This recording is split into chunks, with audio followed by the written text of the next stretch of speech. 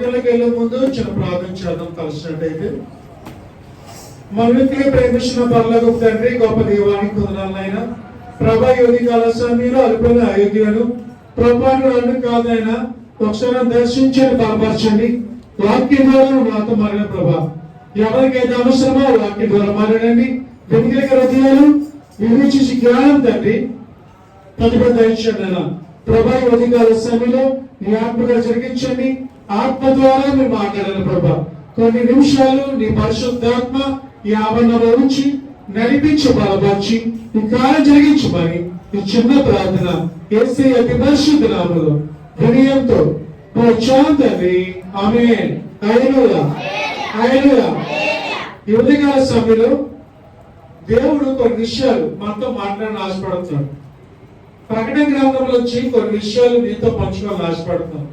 ఈ రోజంతా ప్రకటన గ్రంథం ధ్యానం చేద్దాం. ఎందుకంటే 66 పుస్తకాల్లో 65 పుస్తకాలు ఒక వంతు అయితే ప్రకటన గ్రంథం ఒక వంతు. ఎందుకంటే దీనికి 66 పుస్తకాలు డిఫరెంట్ గా ఉంటుంది. ఎందుకంటే 65 పుస్తకాలు శిష్యుల ద్వారా లెక్కించబడితే ఈ 66 పుస్తకం ప్రకటన గ్రంథం దేవుడు చెబుతుండగా యోహాను రాసిన పుస్తకం.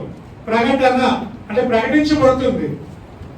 భూత వర్త భవిష్యత్ కాలాలు ఎలా ఉంటాయి, దేవుడు వచ్చే ముందు ఏమి జరుగుతాయి, రాకుండా ఏమవుతాయి, ఆయన వచ్చే ముందు ఎటువంటి అద్భుత కార్యాలు జరుగుతాయి, లేకపోతే లోకము ఏ విధంగా అంతరించిపోబోతుంది అనే కొన్ని ఆధ్యాత్మికమైన విషయాలు ఈ ప్రకటన గ్రంథంలో ప్రత్యేకంగా లిఖించబడి ఉంది.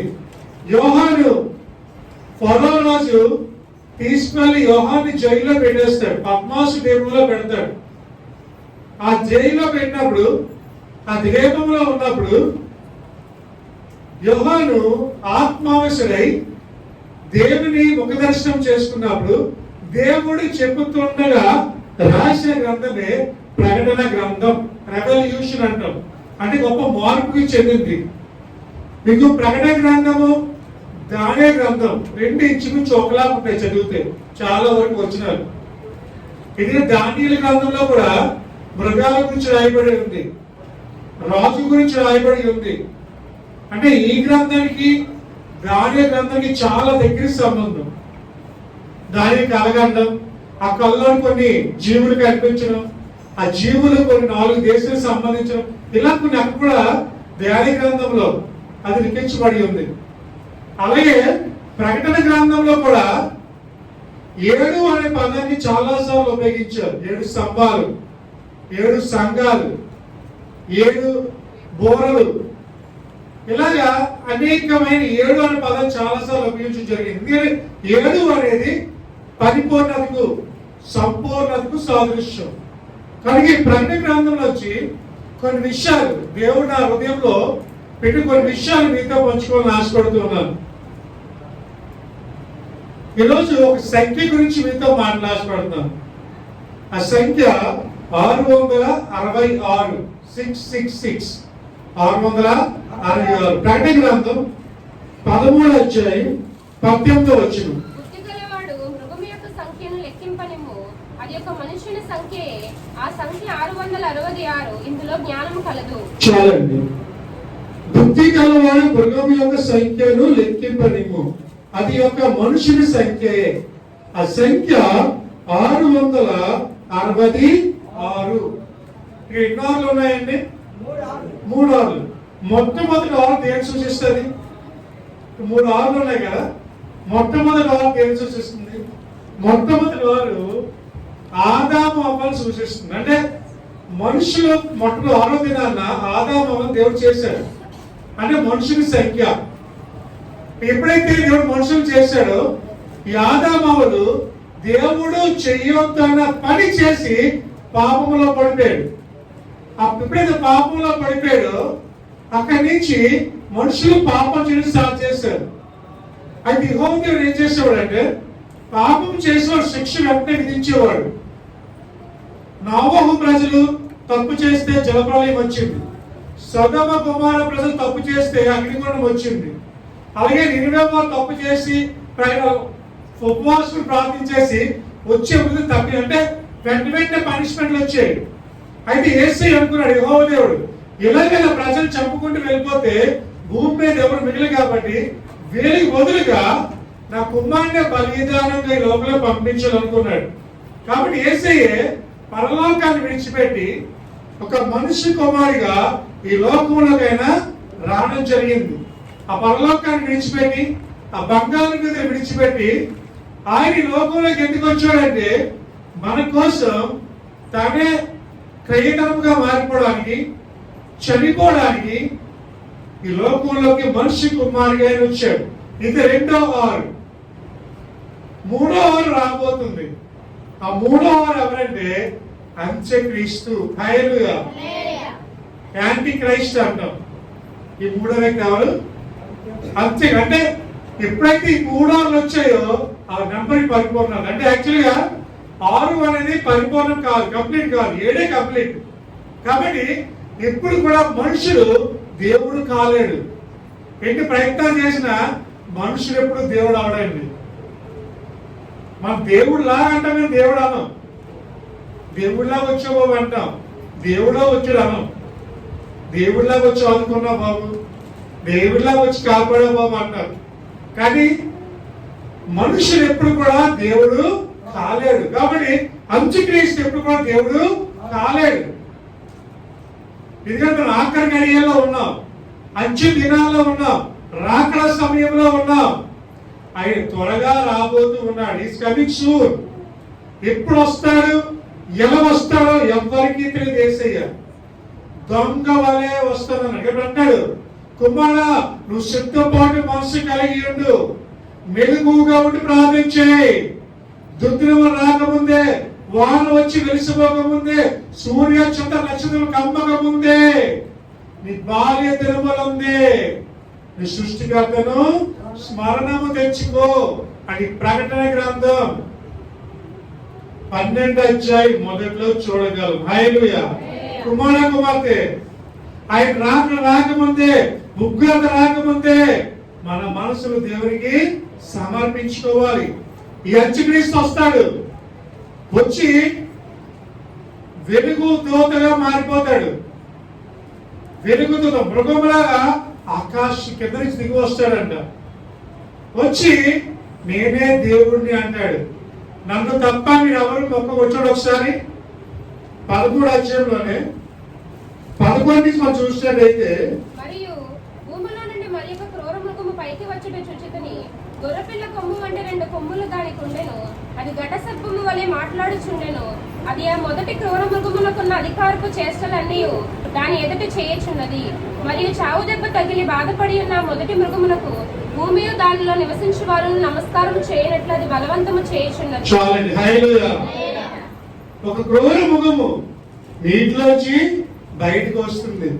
ఆ క్రూర మృగం వచ్చి అంటదంట, అందరూ వచ్చి నన్ను నమస్కారం చేయాలి. 13 అధ్యాయం మొదటి నుంచి ఉంటారు. 13 మొదటి ఉంటారు చూడండి. మరియు 10 కొమ్ములు 7 తలలు గల యొక్క క్రూర మృగము సముద్రంలో నుండి పైకి వచ్చిన చూచితిని. దాని కొమ్ములు మీద కిరీటములు, తన తలల మీద దేవదూషణ పేర్లు ఉండేను. హల్లెలూయా. భూమిలోంచి, సముద్రంలోంచి మనకి ఒక భయంకరమైన ఘోర మృగాలు వస్తాయి. అంత్యకాలంలో వచ్చి అంటాయంట, అది దెబ్బ తగిలిన సింహంలో ఉంటుంది. మొట్టమొదటి దెబ్బ ఉందని చెప్పండి. సాధన తగిలింది కదా. మొట్టమొదటి దెబ్బ ఎవరు తగిలింది? పాపం లూసిఫర్ అనుకుందంట. ఇది ఎలాగైనా లూసిఫర్ అంటే తెలుసండి, నక్షత్రము అని అర్థం. వెలుగు నక్షత్రము, వెలుగు దూత అని అర్థం. లూసిఫర్ అనగా అంటే యేసయ్యకు కుడి భుజం లాంటిది లూసిఫర్. అంటే దేవుడు తర్వాత దేవుడు స్థానంలో ఉండేది లూసిఫర్. అంటే సైడ్ అధ్యక్షుడు అన్నమాట. దూతలందరికీ హెడ్. అనుకున్నదంట, నాకు బోర్డు అందం ఉందిలే, మంచి పేరు ఉంది, ప్రఖ్యాతులు ఉన్నాయి, నేను యేసయ్య కానీ ఏం తక్కువ అని చెప్పి దేవుడు కుర్చీలో కూర్చొని అనుకుందంట. ఏం కూర్చోము? యేసయ్య కూర్చుని సింహాసనం కూర్చుని పోదాం అనుకుంది. అంటే పదవి కాంక్ష ఎక్కువైపోయింది, అధికారం కోసం పోటీపడింది. ఎలాగైనా దేవుడు దించేసి కూర్చుని పోవాలనుకుంది. ఈ రోజు చాలా మందికి అదే ఎక్కువైపోయారు. అధికార కాంక్ష. ఎలాగైనా నా కుర్చీలో కూర్చోవాలి, ఆ కుర్చీ నాదే అనుకుంటున్నారు చాలా మంది. కానీ అధికారులు ఫిక్స్ చేసి కావాలి తెలుసండి, దేవుని చేతిలో ఉన్న అధికారాలు.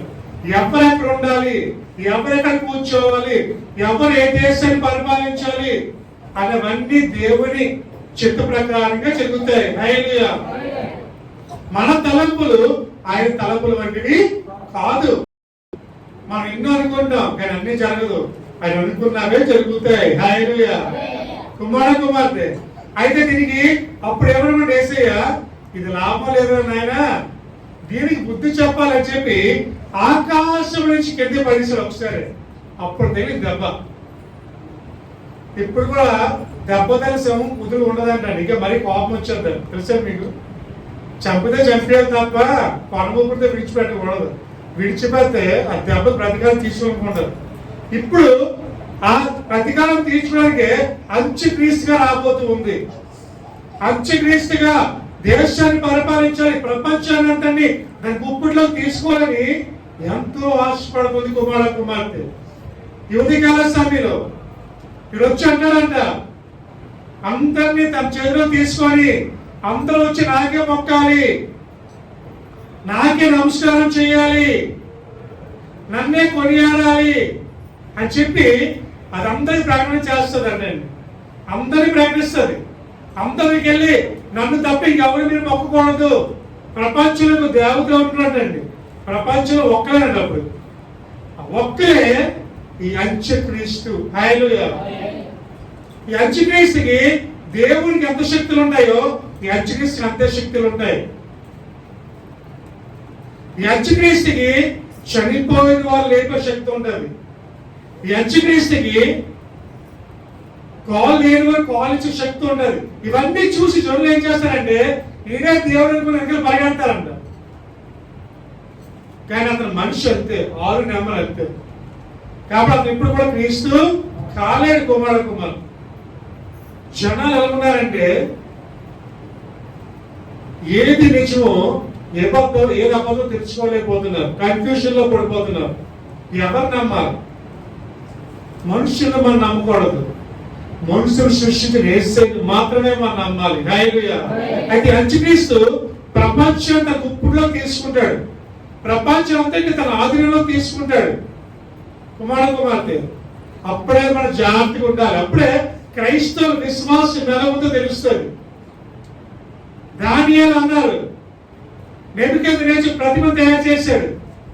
దానియేలు అందరూ ప్రకటించాడు, ఎవరైతే ఈ ప్రతిమను మొక్కలో ఈ విగ్రహాల మొక్కలో వాళ్ళు తీసుకెళ్లి అగ్నిగుండంలో సింహం పూల్లో పడేస్తారన్నారు.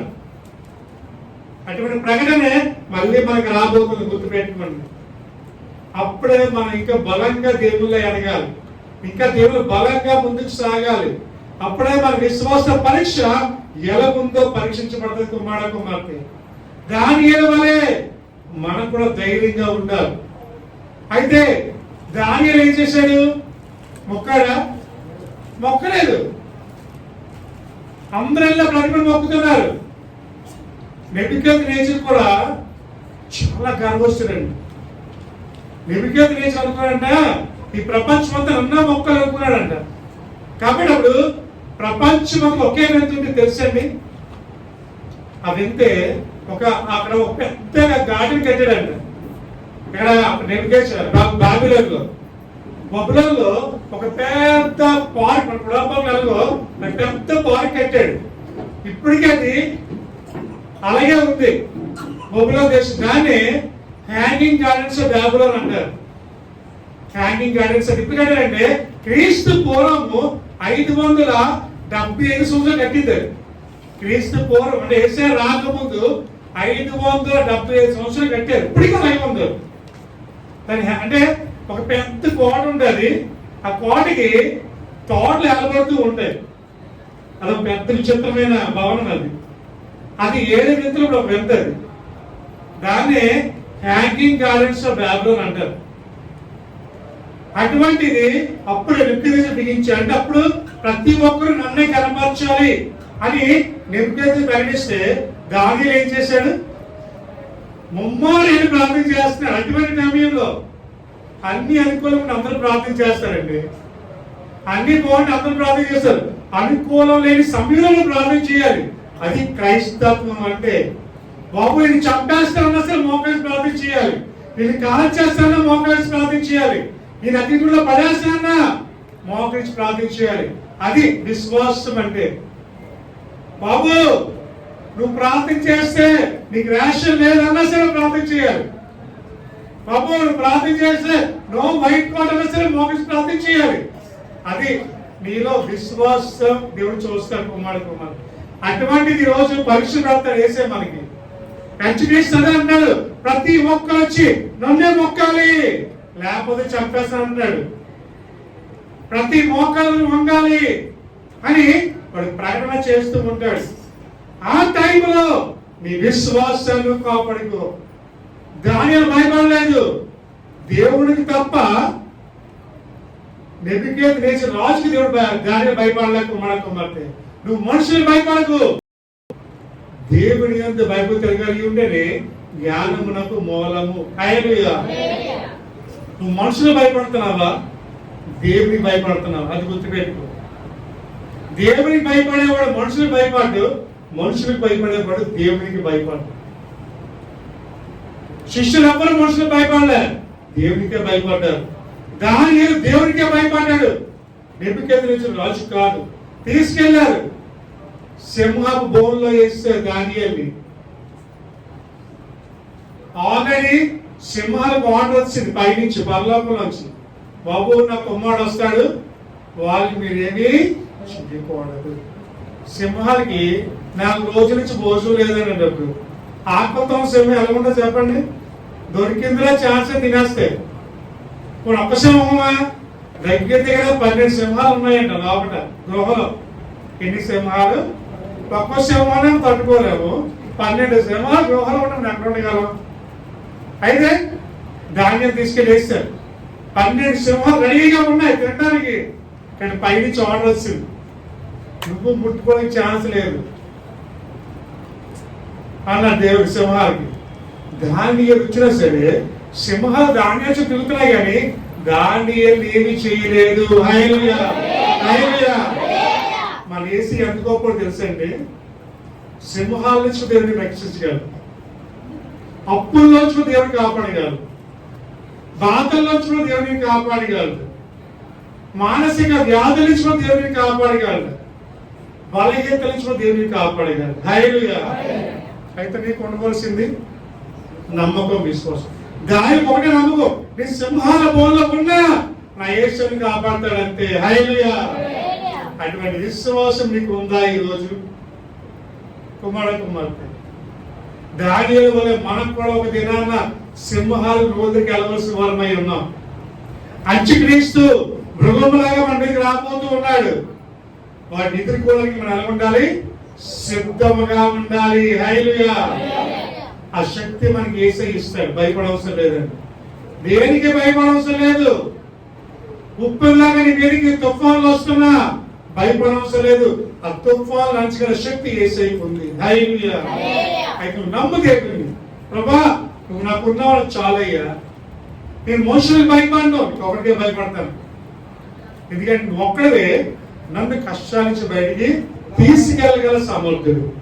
అది అవిశ్వాసం నీకు ఉండాలి. అయితే యేసుక్రీస్తు ఏం చేస్తాడంటే ఒక ముద్రను తీసుకురాబోతున్నాడు. చివరిలో ఏం తీసుకురాబోతున్నాడు? ఒక ముద్ర. చూడండి ఒకసారి 13:15 వచ్చిన 15 చదవండి. మరియు ఆ మృగము యొక్క ప్రతిమ మాట్లాడినట్లును ఆ మృగము యొక్క ప్రతిమకు నమస్కారము చేయని వారిని హతము చేయనట్లును ఆ మృగము యొక్క ప్రతిమకు ప్రాణమిచ్చుటకే దానికి అధికారం ఇవ్వబడును. చాలండి.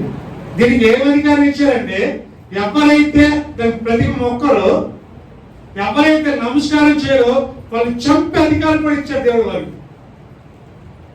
ఆ మృగం వస్తుంది వచ్చి ఏమంటారు? నొక్కాలి, అందులో నేను తప్ప మీకు ఎవరు దేవుడు లేడు, నేనే దిక్కు అని అందరూ తన ఆధీనంలో తీసుకుంటారు.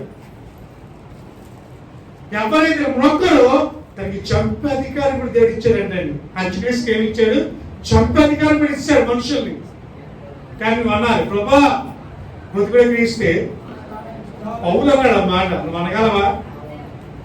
ఈ సిచ్యువేషన్ నువ్వు అనగలవా? ప్రభా చచ్చిపోతగల దానికి మాత్రం మొక్కన్నా నేను అటువైపు వెళ్ళు. మనం చిన్న చిన్నగా లొంగిపోతాం, అంతవరకు ఎందుకు? అయ్యగారు మా బంధువులు పాస్ అవుతున్నారు అన్నారు. అయ్యగారు ఏమవుతుంది అక్కడ పెద్ద పండగ అంటే అయ్యారు 14 ఊరు పండగ. మా బంధువులు మా ఇంటికి వచ్చి రమ్మారు, వెళ్ళాలా వద్దా? నీకు తెలియదా వెళ్ళాలా వద్దు? దేవుడు అన్నాడు నన్ను విడిచి వేరే ఒక్కరిని మొక్కుకుంటే శ్రమ అన్నాడు. మాకు తెలుసు కదా, మళ్ళీ ఎందుకు వెళ్ళడం? వెళ్ళమాయడమే. అయ్యారు మళ్ళీ వెళ్ళిపోతారు, మళ్ళీ రారండి రేపు. మా చుట్టాలు అందరూ దగ్గర రక్త సంబంధం, ఏ సంబంధం? నీ రక్త సంబంధం కావాలా? మన సృష్టించిన ఏసై కావాలా?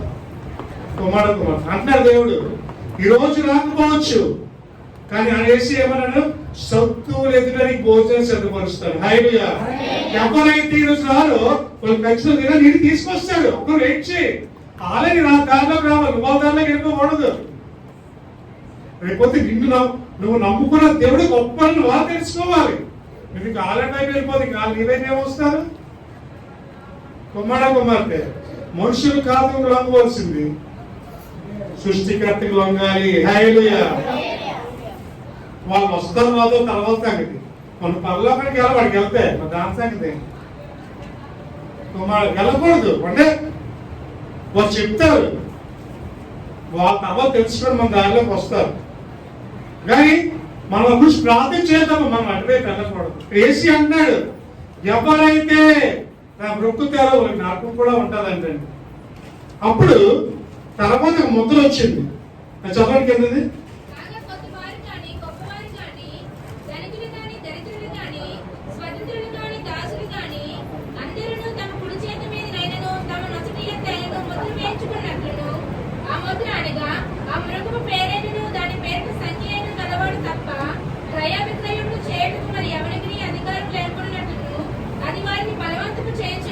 చాలండి. హల్లెలూయా. తర్వాత ఏం చేస్తాడంటే వీడు ఒక ముద్రను తీసుకురాబోతున్నాడు.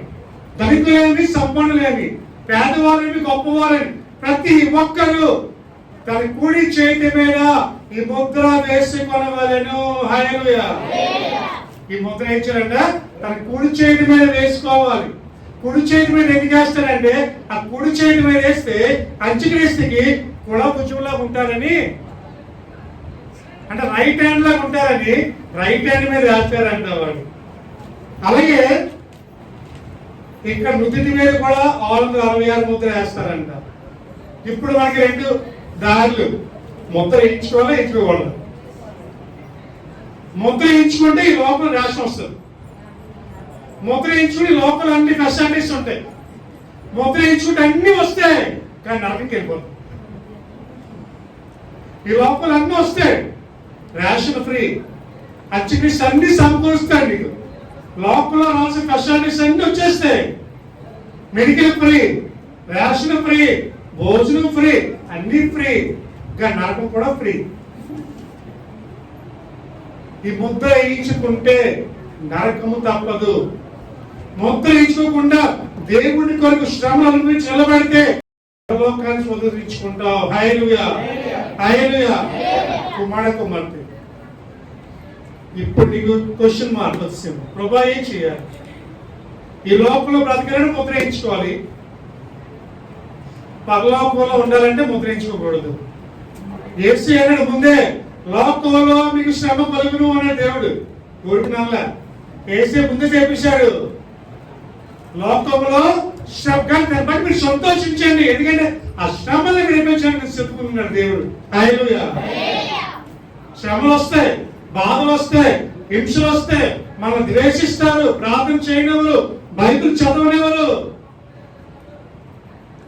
అయినప్పటికీ కూడా ధైర్యం విడిచిపెట్టకూడదు.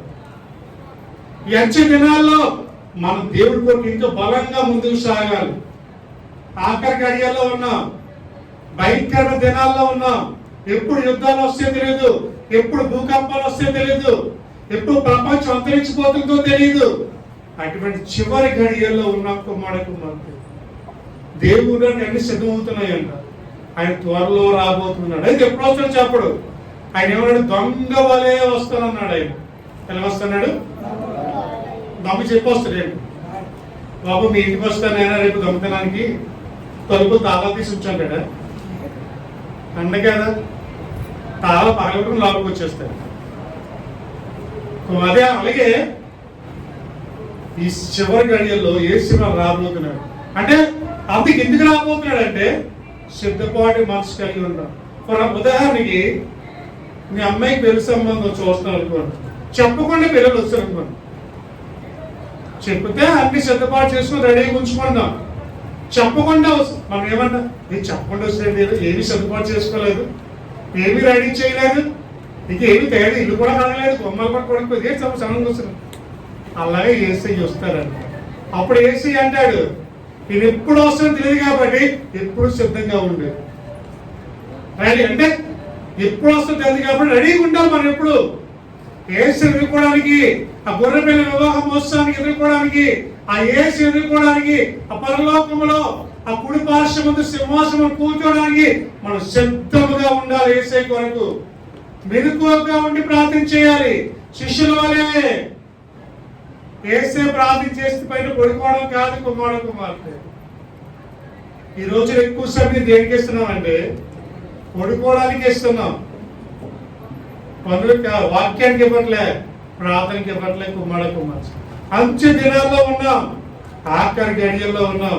అంచె వేసి త్వరగా రాబోతున్నాడు. ఈ ముద్ద రెడీ అయిపోతుంది. ఫారెన్ లో 6:30 గారి త్వరగా రెడీ అయిపోతున్నాను నేను వేయడానికి.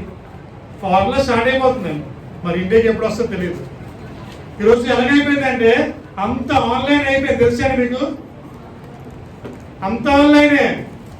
మీరు అనుకుంటారేమో డబ్బులు తీసుకోవచ్చు ఆన్లైన్ లో, నాకు డబ్బులు చేతికి ఎవరు, ఏదైనా ఫోన్ పే, గూగుల్ పే, ఆ పే, ఈ పే, ఓ పే, అన్ని పేలే.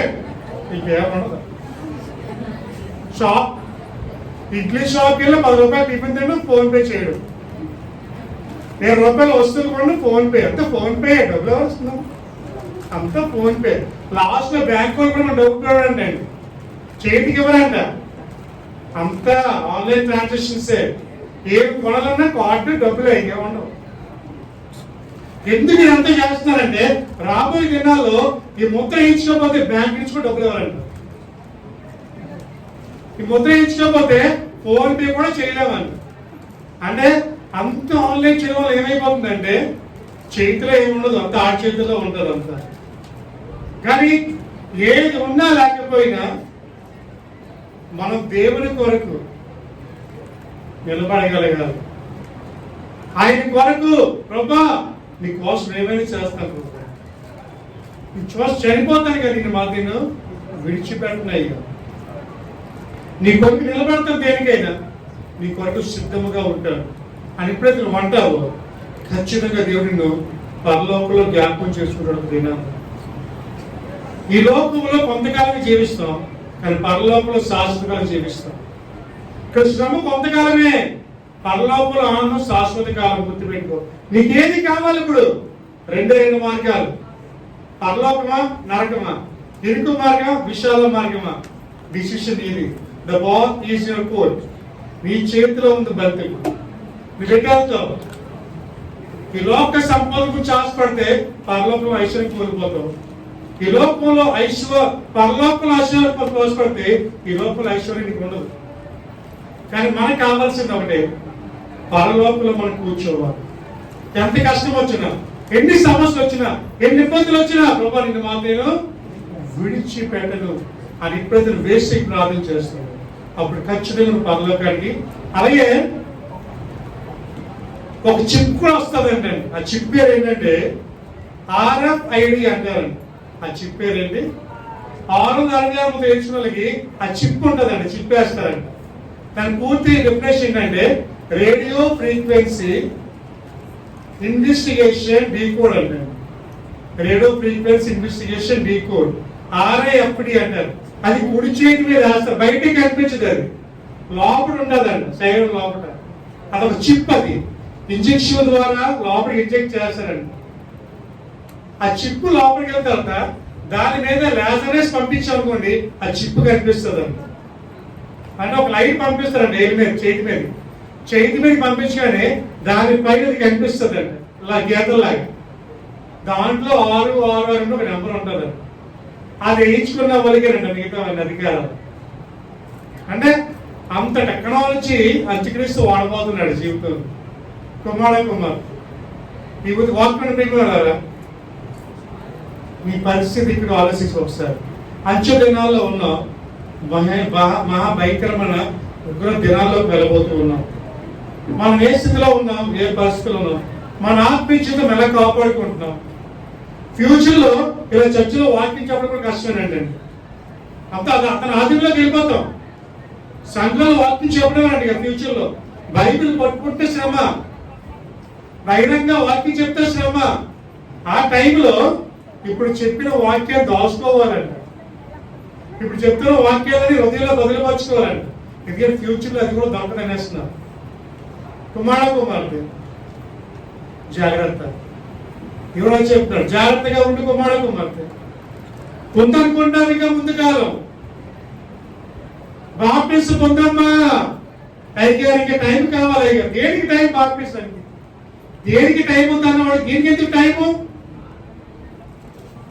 ఏమో రేపు ఏమవుతుందో ఎవరు తెలియదండి. అంచె దినాల్లో ఉన్నాం. అక్కడ యుద్ధం స్టార్ట్ అవుతుంది. మూడో ప్రపంచ యుద్ధం అయితే మనం కూడా వెళ్ళాం, మనం కూడా వెళ్ళిపోతాం. ఒక అనుభవం తీసుకొచ్చి ఇండియా మీద చేసి ఇండియా వెళ్ళాం. ఎలా ఉంటుందో పరిస్థితి తెలియదు. ఆ యుద్ధం మహాయుద్ధంగా మారిపోయే అవకాశం ఉందండి. యుక్రెయిన్ రష్యా యుద్ధం, మూడో ప్రపంచ యుద్ధం నాంది అంటున్నారు. ఏముందో తెలియదు భవిష్యత్తులో. ఎక్కడ ఉంటామో ఎలా ఉంటామో తెలియదు, ఎప్పుడు అంతరించిపోతామో తెలియదు. ఈరోజు చూసిన వాళ్ళు రేపు కనిపించుకుంటే వెళ్ళిపోతున్నారు. అటువంటి భయంకర ఉగ్ర దినాల్లో ఉన్నాం. ఈ దినాల్లో శోధనలో ప్రవేశించుకున్నట్లు మనం ఏం చేయాలి? మెలకువగా ఉండి ప్రార్థన చేయాలి. శిష్యులతో అన్నారు కదా యేసయ్య, ఓయి ఉత్తరపోతున్నారా, నేను చేయమని మీరు చేస్తుందండి. నేనేమో మనం ప్రార్థన చేయమని మీరు ఏం చేస్తున్నారు? పడుకున్నారని శిష్యులు దేవుడు హెచ్చరించాడు. ఈరోజు మనం కూడా అలాగే చేస్తున్నాడు. కుమారునికి ఎక్స్పెక్ట్ నేను త్వరగా రాబోతాను కదా, సిద్ధంగా ఉండవా? అలా ప్రార్థన చేస్తుంటావు, పక్కవాడు పడుకుంటుంటది. ఈ ప్రార్థన చేసిన పరలోకానికి వెళ్ళిపోద్దు. పక్కవాడు కొద్ది పక్కన ఉండదు. ఎక్కడికి వెళ్ళిపోయిందండి? పరలోకానికి వెళ్ళిపోయిందండి. ఎందుకో వెలుగురు ప్రార్థన చేస్తుంది. నువ్వు ప్రార్థన చేయవలసిన టైం ఏం చేసావు? పడుకున్నావు. ఈ లోపంలో విడిచిపెట్టిపోయావు. మనకు వాక్యం శ్రద్ధగా ఆలోచించాలి. వాక్యాన్ని ద్వారా మన హృదయాలు పట్టుకోవాలి. వాక్య టీవీలో వింటున్నావు, రాబోయే అంటే దేవుడు త్వరగా రాబోతున్నాడు కాబట్టి వాక్యం ఫాస్ట్ స్ప్రెడ్ అవుతుంది టీవీ ద్వారా. కొత్త కొత్త ఛానల్లో వాక్యాలు వింటున్నారు, కొత్త కొత్త ఛానల్లో ప్రార్థనలు వింటున్నారు. ఎందుకంటే లాస్ట్ సమయంలో అంట అంత్యక్రీస్తు వచ్చే ముందు వాక్యం ఎక్కువ వినబడుతుంది అంటే వినబడి అయిపోతాడు వాక్యం. అలాగా రాబోతున్నాయి దినాల్లో. కానీ మనం ఏం చేస్తున్నాం? వాక్యం వినకుండా మన పనుల్లో మనం బిజీ అయిపోతున్నాం. ప్రార్థనకి వెళ్ళకుండా, వాక్యం ద్వారా మన హృదయాలు కట్టుకోకుండా చూసుకుంటుందిలే, వచ్చేవారు వెళ్దాంలే, ఇంకా బోల్ టైం ఉంది కదా, అయిగా అలగంటారులే, ప్రార్థన పెడుతుంటారు మనకెందులే అనుకున్నావా? శ్రమని గుర్తుపెట్టుకో. దేవుడు శ్రేష్ఠుడిగా ఈ రోజు నీకు ఎంచి దినాల్లో ఈ ఆఖరి గడియలో దేవుడు నీతో మాట్లాడుతున్నాడు. కుమార్తె నీ విశ్వాస జీవితం ఎలాగుంది ఈరోజు? నీ ఆత్మీయ పరిమాణం ఎంత ఉంది, ఎంత ఎత్తుంది, ఎంత లోతుంది ఈరోజు నీ ఆత్మీయ జీవితం? నువ్వు ఎలా ప్రార్థన చేయగలుగుతున్నావు? అనొచ్చు అయిగా నాకు ప్రార్థన చేయడం రాదని. ఏసే కావాల్సింది భాషలతో ప్రార్థన కాదండి, చెప్పసఖ్యాన్ని మూలికలతో చేస్తే చాలు. దేవుడు చూసే హృదయాన్ని, నీ వాక్య చాతుర్యాన్ని చూడ దేవుడు. నువ్వు ప్రార్థన చేసే విధానం చూడు. పూర్ణ మనసు ప్రార్థన చేస్తలేదో దేవుడు చూస్తాడు. గుర్తుపెట్టు. ఈరోజు నువ్వు ముద్ర వేయించుకుంటే అడగలుగుతావు ఏంటండి? నరకానికి వెళ్ళిపోతావు. ముద్ర వేయించుకుంటే ఎక్కడికి వెళ్ళిపోతావు? నరకానికి వెళ్ళిపోతావు. సార్ చూడండి మత్తయి సువార్త,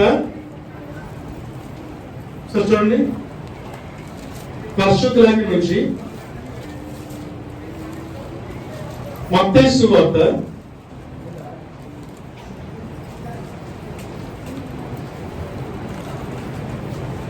14 వచ్చి చదవండి. ఆ సమయం 25-14 మత్తయి సువార్త 25-14. పరలోక రాజ్యము ఒక మనుషుడు దేశం తరపునకు ప్రయాణమై తన దాసులను పిలిచి తన ఆస్తిని వారికి అప్పగించినట్లుండును. అతడు ఒకరికి 5 తలాంతులు, ఒకరికి 2, ఇది ఇంకెంచో తర్వాత ఇక్కడ తలంతులు ఇస్తున్నాడు దేవుడు. కొంతమంది తలంతల్ని ఉపయోగిస్తున్నారు, కొంతమంది తలంతల్ని ఉపయోగించుకుంటారు. చాలా వినుంటారు తలంతుల వాక్యం.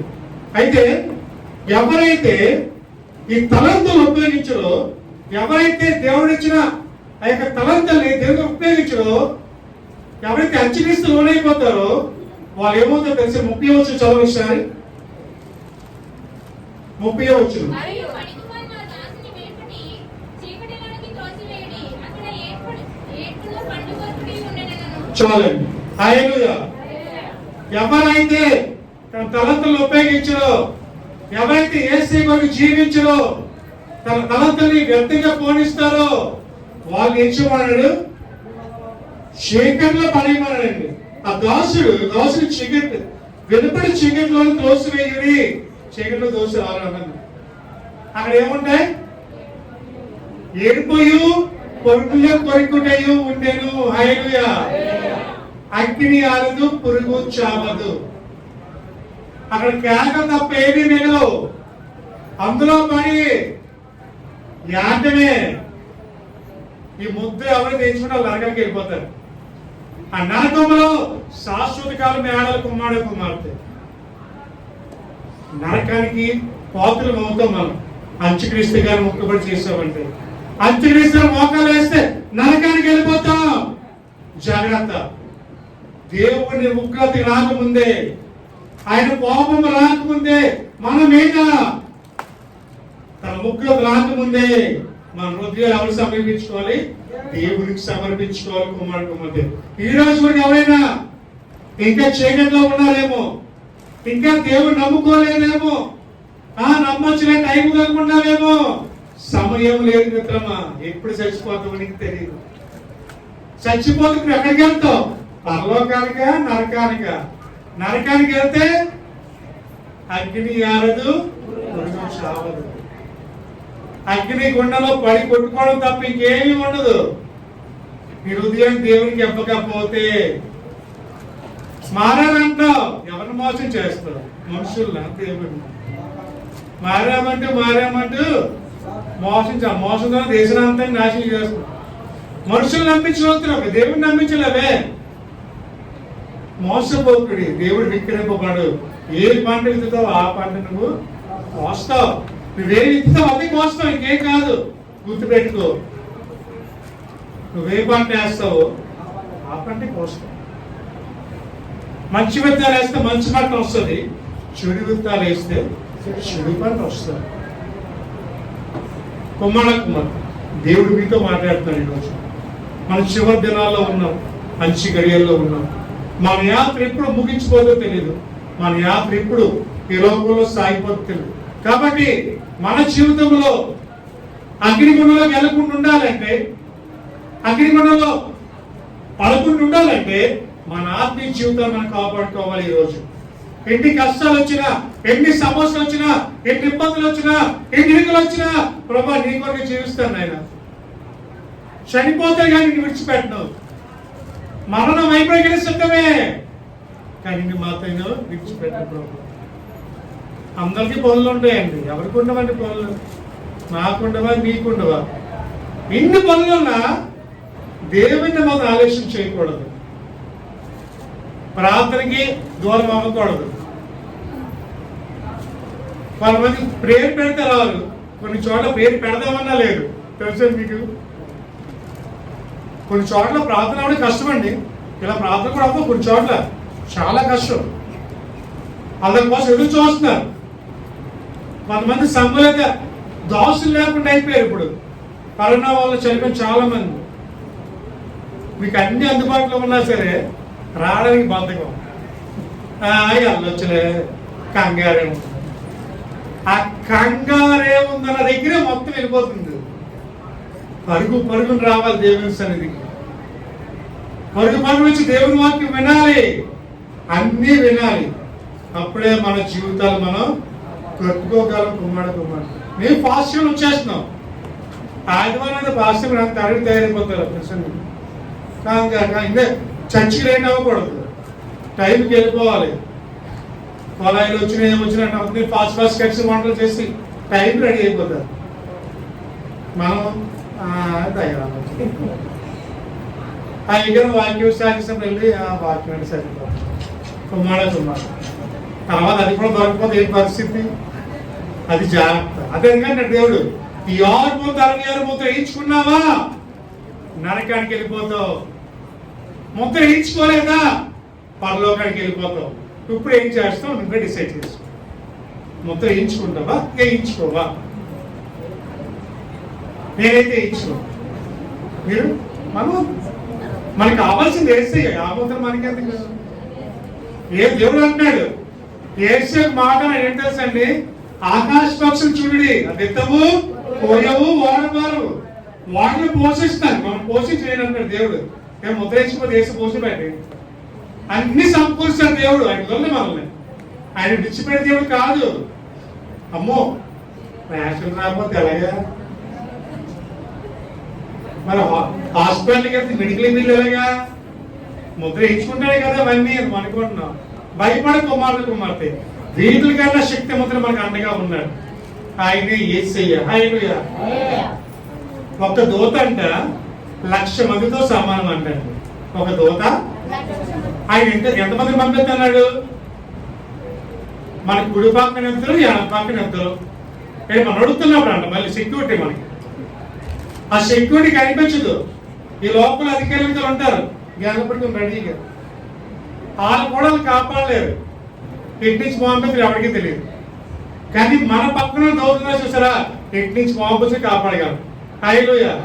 నువ్వు 4 పాములు తొక్కుదు 10వ సింహం అనక తొక్కుదు. చూసారా ఆ శక్తి ఎవరికి ఇచ్చారు? మనకి ఇచ్చాడు దేవుడు. 4 పాములు తొక్కగలం అంటే 10 సింహాలు కూడా తొక్కగలం.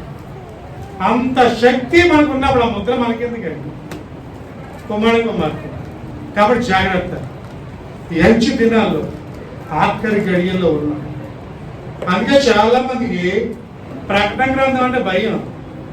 చదివినప్పుడల్లా మృగాలు అంటాడు, భూకంపం అంటాడు, 7 ముద్దలు అంటాడు, ఆ సంఘం అంటాడు, ఈ సంఘం అంటాడు. నువ్వు అంతరించిపోతున్నావు చచ్చిపోతావు అంటాడు. బాబు ఈ వాక్యం చెబుతారు ఈ ప్రకటన గ్రంథం అంటాడు. కొంతమంది సభలో భయపడతారు. కానీ ఇది చదివితే మన భవిష్యత్తు అర్థమైపోతుంది. హల్లెలూయా. ఎందుకంటే ఇది రాసింది యేసయ్య. యేసయ్య చెప్తున్నది యోహాను రాశాడు. ఇది అంటే దేవుడి నోట్లో చూసిన మాటలు ఇవన్నీ. అంటే యథార్థం ఇది. ఇందులో ఒకటి కూడా మిస్ అవ్వదు. ప్రతిదీ జరుగుతుంది. భయం జరుగుతుంది కూడా ఆల్రెడీ. అంతు చిక్కని గాలు వస్తాను వచ్చింది కదా కరోనా. అది ఎవరు తెలుసు? ఇప్పుడు ఏమో కొత్త చదివా 4th వేవ్ అంట. అదే వేవ్ నాకు తెలియదు. 3 వేవ్లు అయిపోయాయంట. 4వ వేవ్ అంట. మరి ఆ వేవ్ ఏ వేవ్ వస్తా తెలియదు కానీ అందరం వెళ్ళిపోయేలా ఉన్నాం ఈ వేవ్లతోనే. నిజం.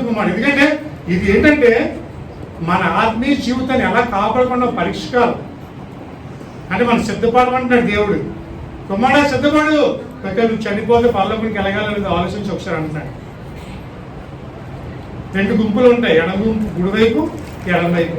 కుడివైపు ఉన్న వాళ్ళు పరలోకానికి, ఎడమవైపు ఉన్న వాళ్ళు నరకానికి. ప్రభు అన్నాడంట నువ్వెవరువో నాకు తెలీదు. ప్రభు అదే ప్రభా ఆదివారం నేనే చాపలేసాను. ఆయన ఆదివారం నేనే చాపలేసాను. అయిగా రాకముందే లైట్లు అన్ని సెట్ చేస్తాను. ఆయన నేనే అయ్యగారు కుర్చీలు వేస్తాను. అయ్యగారికి వాటర్ పెట్టాను. ప్రభా నువ్వు ఎవరికి పెట్టావు? అయ్యగారికి పెట్టావు. నాకు ఆడికి మనస్సు బాగోలేదు. ఇది ఆదివారం ముందు అన్ని చేస్తున్నావు, మిగతా ఆదినాలన్నీ పాడు చూపులే. మరి ఎలా తెలుస్తుంది ఎవరివో నాకు? 6 దినాలేమో వాళ్ళ వైపు వీళ్ళ వైపు చూస్తూ ఆఫీస్లో దొంగ చూపులు చూస్తూ ఇలా కనిపిస్తు నువ్వు ఆదివారం వైట్ డ్రెస్ వేసుకొచ్చి ఐకాకి ఇవి చేసిన అవి చేసిన దర్శనం భాగించి నిలబోతుంది. దేవుడు అంటున్నాడు నువ్వెవరువో నాకు తెలియదు. ఇక్కడి నుంచి వెళ్ళిపో. వెళ్ళిపో ఎక్కడ పడుకో? ఆ వెలుపడే చీకటిలోకి వెళ్ళిపో. పడుకో. అక్కడ పురుగు చావు, అగ్ని, పండ్లు కొరుకుంటే ఇవి ఉంటుంది అంతే. ధనముతో అన్నాడు ప్రభా దాహం వేస్తుంది కొద్దిగా నీరు కావాలి ప్రభా, అది కూడా లేని పరిస్థితి. కుమ్మడి దేవుడు ఇచ్చేస్తున్నాడు ఈరోజు నీకు. జాగ్రత్త, రాబోయే ఉగ్రత నుంచి తప్పించుకోడు ఎవడు. తగిన సమయంలో మారు కనుక యోహాను కేక వేస్తున్నాడు, సర్వ సంతానమా రాబోయే ఉగ్రత తప్పించుకోడు ఎవడు. మారు మనసు తగిన ఫలము మీరు అందించుడి. ఆయన తీసుకుంటావా బాప్టిజం? ప్రభా ఇంకో యేసు వచ్చేసి తీసుకుంటాను ఆయన. ఇక్కడ లేట్ చేయని, ఇంకా పెళ్లి బాప్టిజం తీసుకుంటానని పోదాం, మా చెల్లితో తీసుకుంటానని పోతాం కదా, మా అమ్మగారిని తీసుకుంటానండి, నాకు ఉద్యోగం తీసుకుంటానండి. ఉద్యోగం వచ్చి నువ్వు వంటను గ్యారెంటీ ఉందండి. ఏమో అవడం తెలుసు. మీ చెల్లి పెళ్లి మీ చెల్లి పెళ్లి రుమ్మంటారు కదా. ప్రమాణం జాగ్రత్త. దేవుడు హెచ్చరిస్తున్నాడు, మారు మనసు పొందో. దేవుడు అంటే ఇష్టం అన్నాం. ఆలస్యం చేయకు బాప్టిజం తీసుకోవడానికి. బాప్టిజం పొందితేనే పరలోకం, లేదు పరలోకం లేదు. యేసయ్య బాప్టిజం పొందాడు, నువ్వు పొందలేదు. యేసయ్య బాప్టిజం పొందాడండి, మనం పొందరా? పొందావు బాగానే ఉంది. మన చర్చకు వస్తాం ప్రతి ఆదివారం, మరి అదే ఆలోచించుకోవాలి కదా మనం. ప్రతి ఆదివారం చర్చకు రావాలి, ఏసై చేయమన్నామని చేయాలి. సినిమాలు చూడకూడదు, సీరియల్స్ చూడకూడదు, అవి చూడకూడదు, ఇవి చూడకూడదు, అక్కడికి వెళ్ళకూడదు, ఎక్కడికి వెళ్ళకూడదు అన్నాడు. బాప్టిజం పొంది అన్ని చూస్తే ఇంకెందుకు? దేవుని ఒకరికి లోనైపోవడం తప్ప. జాగ్రత్త. ఈ హృదయాన్ని సరి చేసుకో, హృదయాన్ని దేవునికి ఇవ్వు, అప్పుడే పరలోక రాజ్యానికి. ప్రభా అని ప్రభాకి నేను ముద్ర మాత్రం నాతో చెప్పాడు. ప్రభా ఇక మీదట నేను 646 ముద్ర వేయించుకోను ప్రభా, నువ్వు ఉంటే నాకు చాలు, నువ్వు మాట్లాడితే నాకు చాలు. చాలా ఒకసారి వేసేయి. ప్రార్థన చేద్దాం. ఫస్ట్ ఒక్క 2 నిమిషాలు ప్రార్థన చేద్దాం. యువతి కాల సమయంలో ఆ పరిశుద్ధ మొత్తం మాట్లాడుతుంది. ఆ గొప్ప దినం బాధపరుస్తూ ఉంది. కొన్ని నిమిషాలు ప్రభా నా ఆత్మ జీవితంలో తెలుసు మాట్లాడావు తండ్రి. ప్రభా అంచె దినాల్లో ఉన్నాం ప్రభా, అంచె క్రీస్తు రాబోతున్నాడు ఆయన. ప్రభా అమృతంగా వేయించుకోకుండా నీ కొరకు నిలబడే శక్తి మాకు కావాలి తండ్రి. ప్రభా ఆఖరి గడియల్లో ఉన్నాం ప్రభా, ఎప్పుడు ఏమవుతుందో తెలియని పరిస్థితుల్లో ఉన్నాం ప్రభా. మా విశ్వాసాన్ని కావాలి, సేవ చేయించు ప్రభా. ఈ లోకాన్ని ప్రేమించుకున్నాం, ఈ లోకాశను ప్రేమించకుండా నిన్ను ప్రేమించి నీ కొరకు జీవించే శక్తి మాకు దయచే ప్రభావం ప్రార్థించేద్దాం. కుమార్తె ఈరోజు నీ ఆత్మ జీవితం ఎలాగుంది, నీ పరిశుద్ధ జీవితం ఎలాగుంది, నీ ఆత్మ జీవితం ఎలా కాపాడుకుంటున్నావు ఒక్కసారి ఆలోచించు. ప్రభావం కూడా చాలా ప్రభావం, ప్రభావం లేకపోతే జీవించే ప్రభావం. ప్రభా నాకు ముద్ర కాదు కదా ప్రభు కావాల్సింది, పరలోక రాజ్యం కావాలయ్యా, నీ కుడి పార్శ్వం కూర్చోవడం నాకు కావాలి తండ్రి అని ప్రార్థించేద్దాం. ఒక 2 నిమిషాలు. పరిశుద్ధులు పరిశుద్ధులు అని దోదలతో భక్తులతో కొన్ని ఏర్పడుచున్న యేసు అని నిజమే ప్రభా. అంచె దినాల్లో ఉన్నాం, ఆఖరి గడియల్లో ఉన్నాం, ఎప్పుడు ఏమి సంభవిస్తుందో తెలియని పరిస్థితిలో ఉన్నాం.